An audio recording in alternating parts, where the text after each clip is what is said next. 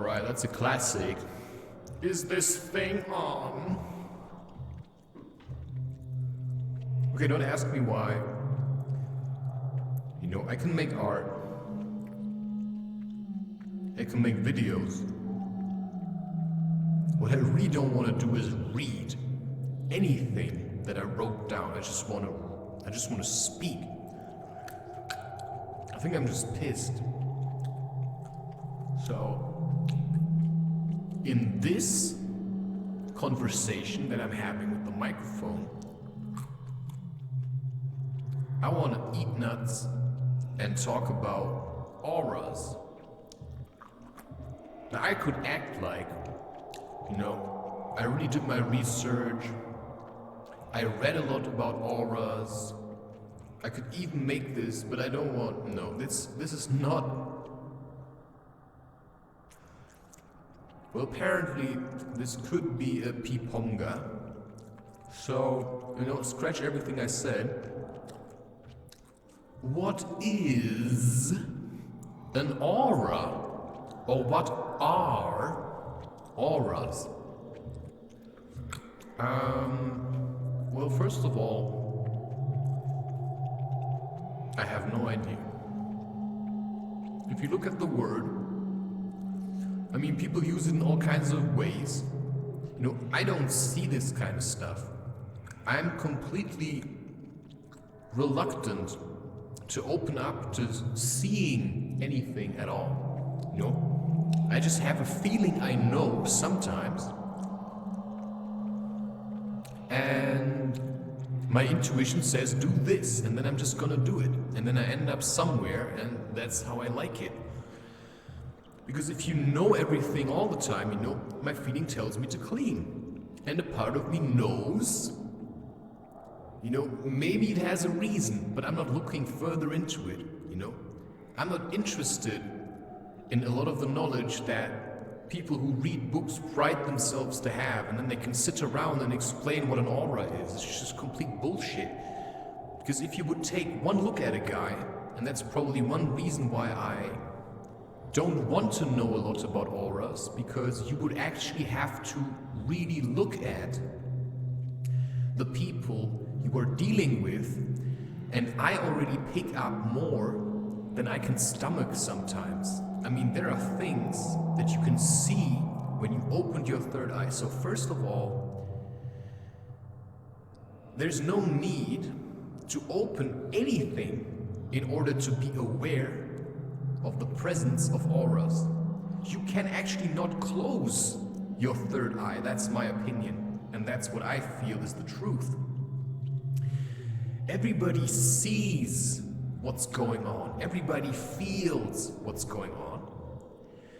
Without opening anything, without ever taking psychedelics, you spend time with people, and these people have an effect on you. And you pick up certain things, you get drawn into certain habits that weren't yours, but you adopted them because you were clinging to people that you thought were friends, while behind your back they say all kinds of nasty things, right? You play frisbee with them, and maybe they sometimes think, I hope that guy's gonna injure himself. You know, you don't know who is hiding what. Now, I sometimes met people. First of all, I think my aura is, I don't know. I would like to say white, but there's a word that comes and it says blue. Like somebody wants to tell me that I have a blue aura.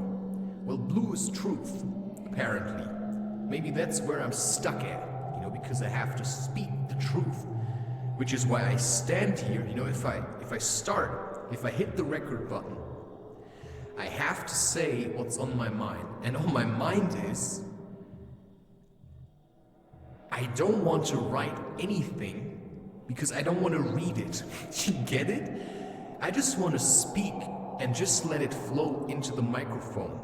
Because I don't want to put more effort into creating videos for someone could have just sat down and asked a question, then I have to, right? I don't want to put more effort into, other people that are lazy. Because, I have to stand here and think about what are auras. You could do that yourself. But maybe you are busy doing other things, That's the problem with truth. Because it's also in a way, right, it's like what helps me to be more empathic. Because the truth is that I'm only doing this, only.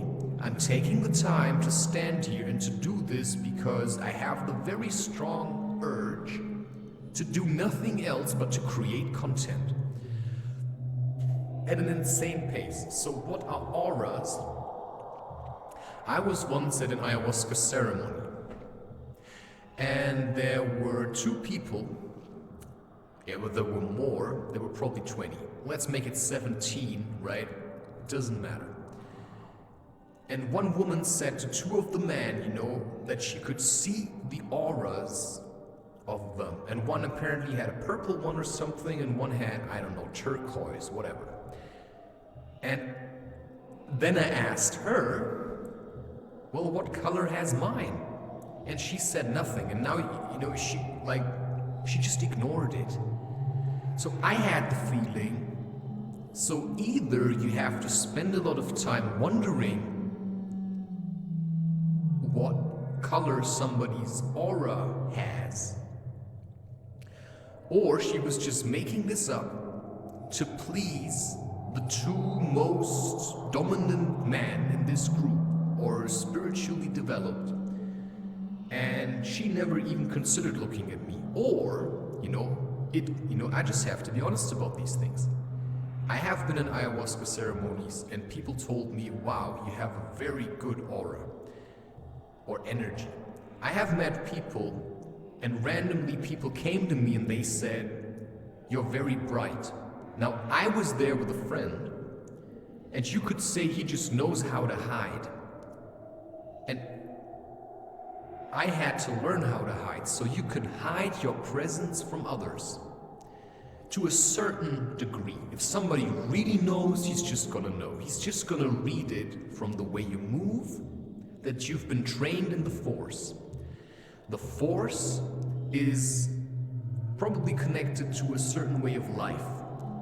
In Star Wars they call it the Force, they call it midichlorians or whatever their name is. You can call it energy, you can call it life or something. Some have a lot of it and some have less of it. But there's a way to also create a stock of it. You can pile it up. So if you stop masturbating, if you start going more into nature, certainly walking barefoot, doing meditative practices such as crochet, right? Sitting, that's, I think it's called zazen or something. It's like sitting meditation. There are several ways how you can clean, and that's probably what Ramdas talks about. Well, not probably, it's just that's certainly what he talks about in the Yogas of the Bhagavad Gita when he talks about, purification. So there are certain methods with which you can purify yourself, and I have done some of these, and it drove me to madness. And then it drove me through it, and suddenly I feel like incredibly sane. And I don't understand why.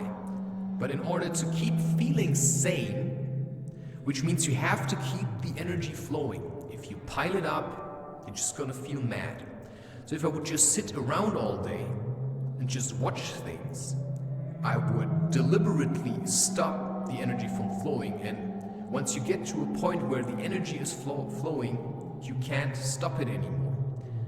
Because if you keep holding it in, you probably would just have a heart attack and die. You have to let it flow into something, which is why I believe I have no idea what auras are. I assume people say there are different colors. I don't give a shit. That's my honest opinion on auras. I don't give a shit. Because instead of walking around, okay, I could, now it's actually starting to interest me, and that's the problem. Once you've heard of it, and I've never really heard of it, and most people that I meet, to me, they're all liars and they're all phonies. So it's very hard to learn from anyone. So apart from the fact that some people sometimes say, they can see things, I don't know about these things. But it would actually be interesting if I would start looking, if I can see the aura of people, and I already know. I mean, I can now, in my mind, go back to the people I already met, not all of them, and I actually see what type of aura people have. I think I still have a white aura. I don't know what this eager voice to know told me. Right? It's like, I know it. No, you don't. Because I think it's something else.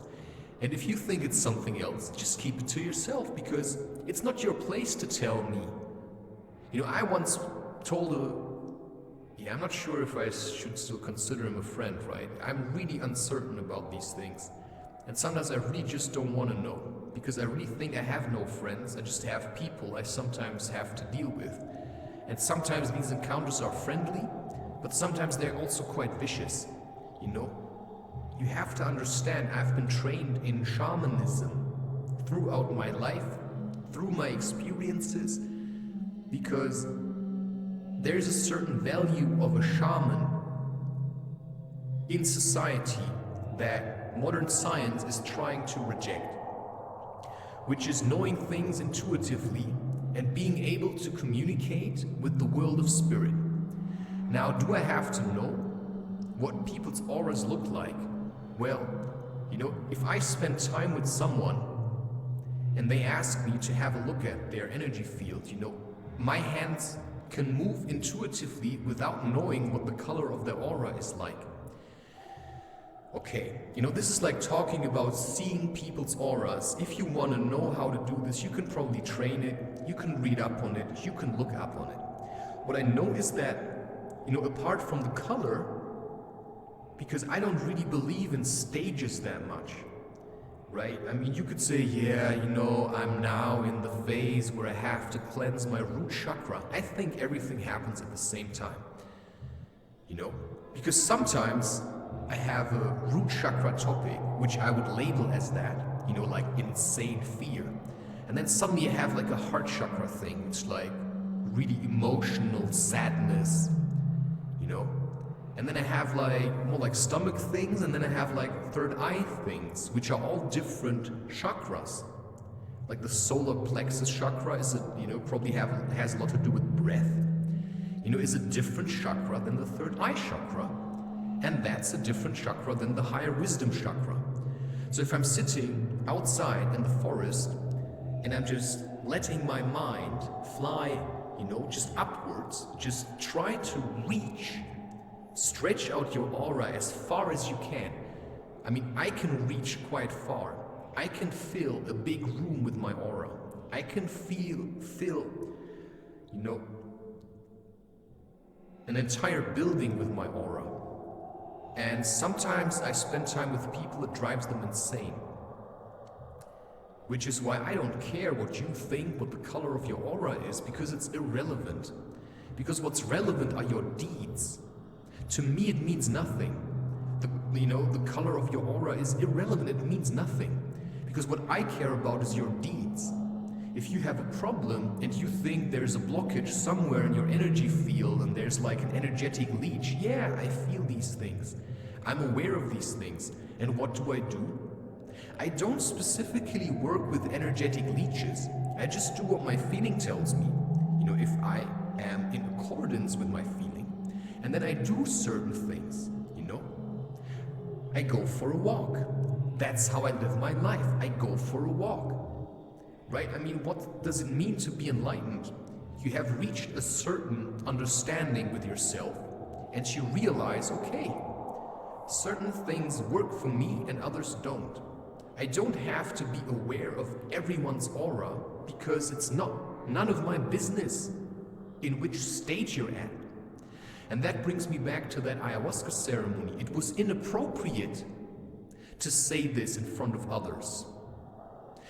But when she did say it, at least I became aware of it. But that means, you're gonna breed and feed jealousy.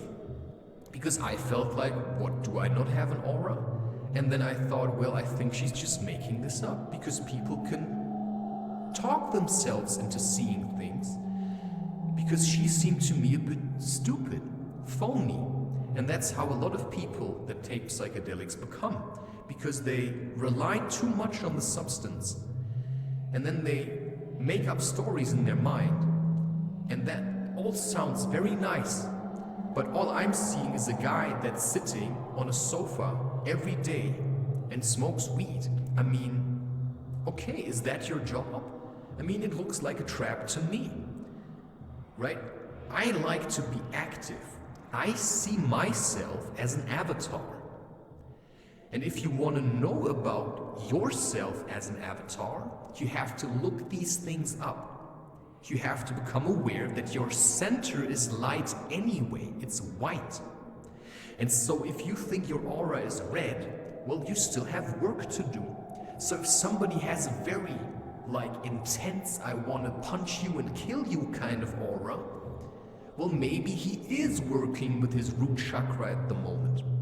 But it could also be that he's using this kind of aura intuitively as a defense mechanism. Stay away from me. So I'm not in accordance, or I don't agree with people that say that you can see the stage somebody's at. I don't think you can see anything. And if you can see something, then you should rather look at yourself than walk around looking at other people and prying at them. Okay, I like to watch people sometimes because I'm alone in my apartment all day. And then if I hear, a door closing outside, then I go and have a look. But I'm trying to not look into people. I'm just trying to look, hey, what they're doing. I'm not trying to read because I see a lot. I can X-ray people with my eyes. And I had to learn to close myself from other people so that not everybody comes to me and says, I think you're the messiahs and these things have happened to me. Yeah, sure, who's Jesus?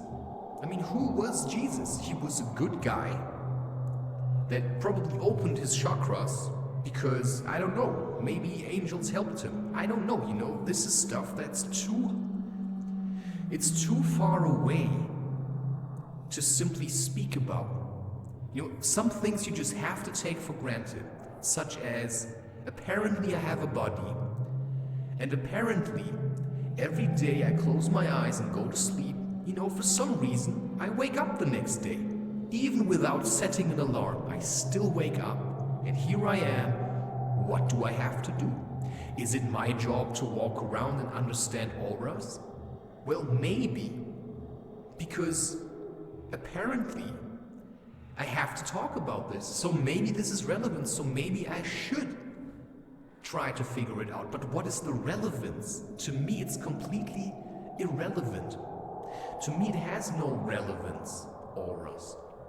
That's me. If you think it's important, right? Some people think that vaporizers are important, and I think it's crap.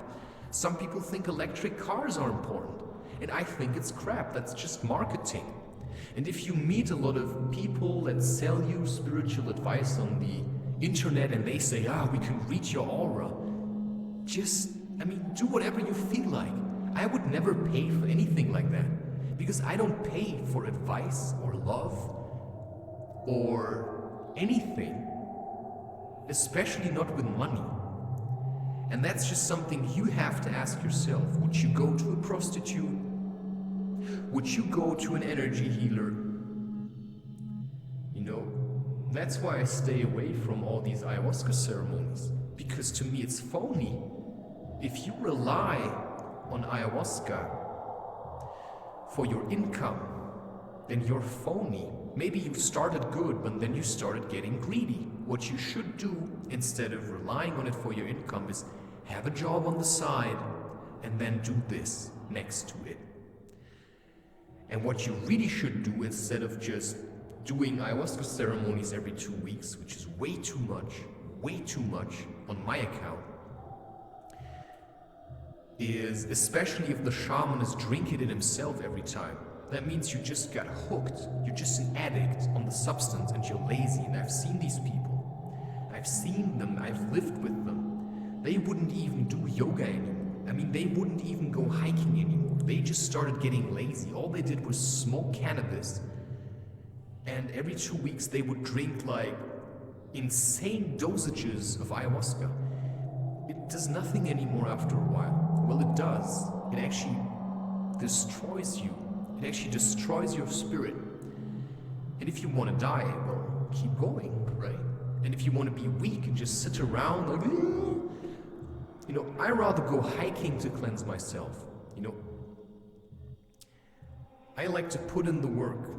Spirituality is about certainly purifying yourself. Purify your thoughts. Ask yourself where they come from. Ask yourself where they come from, and then just keep going. I would advise anyone to not look at people's auras because you have no idea what you're gonna find in there, what you're gonna pick up. You can pierce people's, you know, you can look into people's private stuff, you know, even from a distance. And it's very hard to close your eyes on these things, especially if somebody's standing right in front of you and you're just seeing like something, like their trauma just sitting there, and you just want to look at it and take it away. But maybe it's not your job. So the first lesson in spirituality is to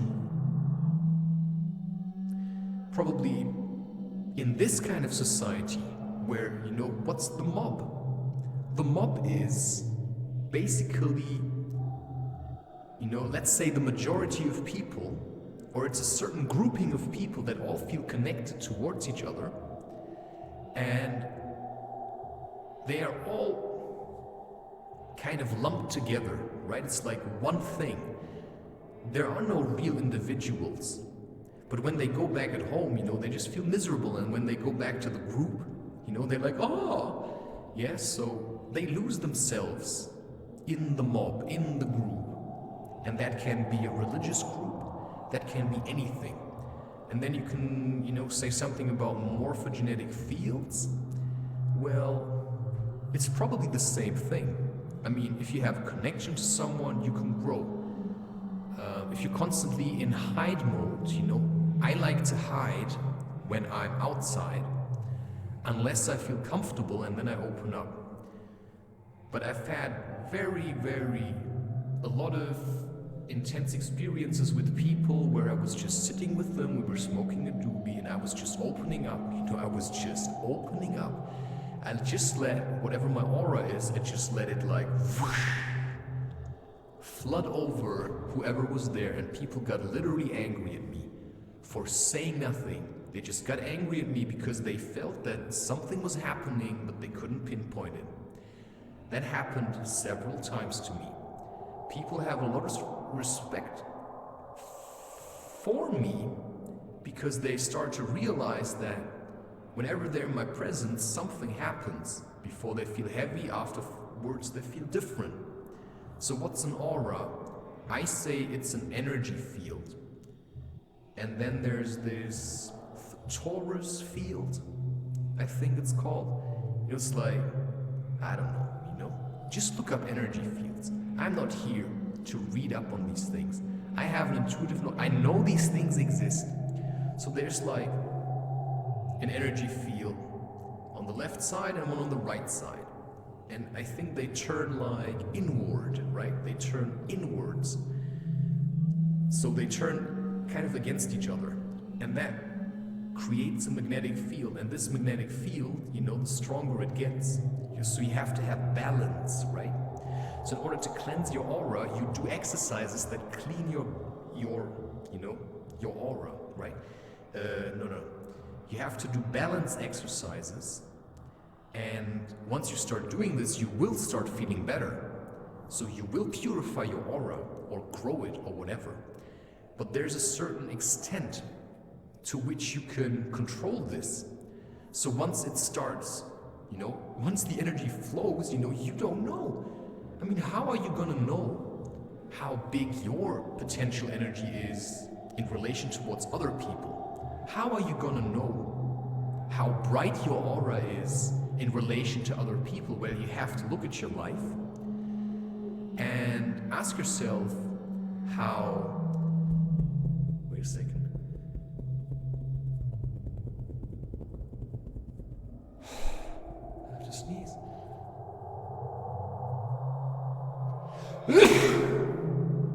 Okay, you can actually tell if somebody's able to let go the way he sneezes, right? If somebody's like, you know, and there's like stuff everywhere, well, they don't know how to let go. I know how to let go, which is why I'm a clean sneezer.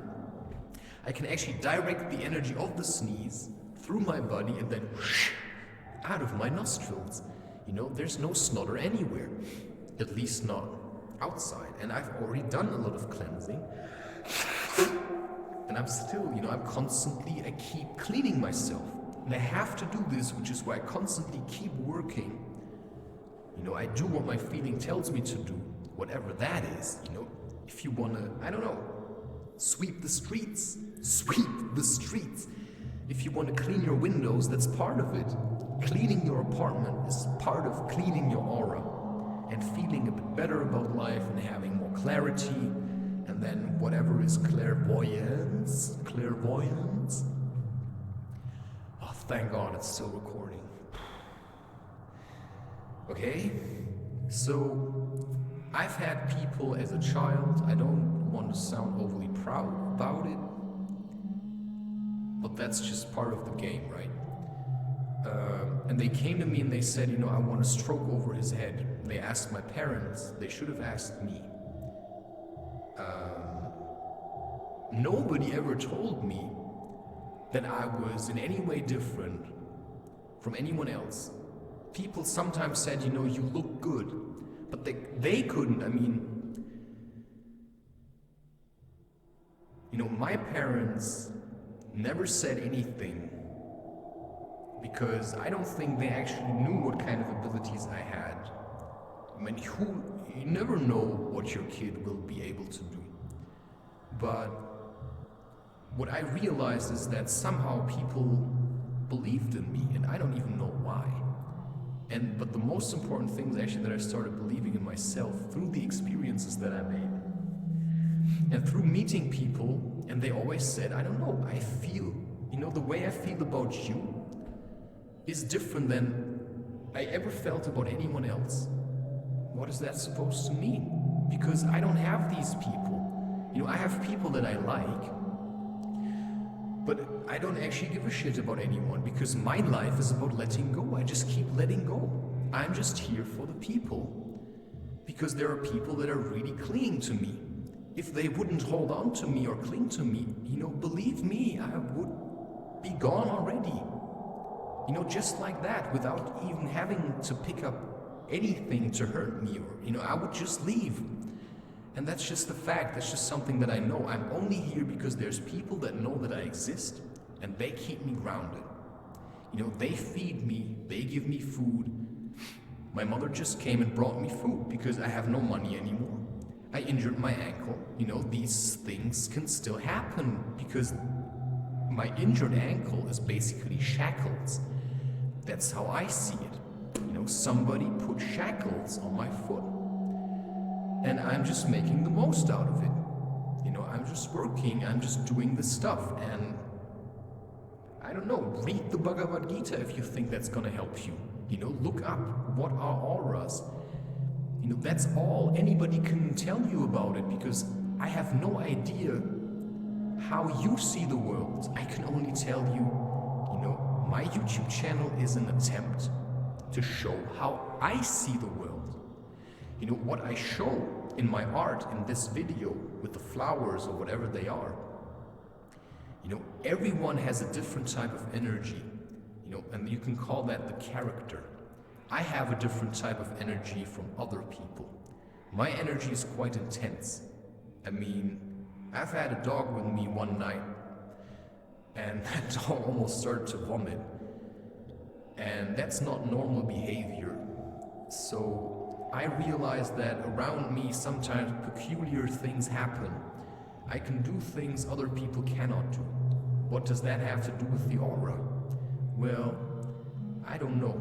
With great power comes great responsibility, so use it well. If you think you have something that nobody else has, then you have to learn how to deal with it and use it for humanity. Right? That's all I have to say on this.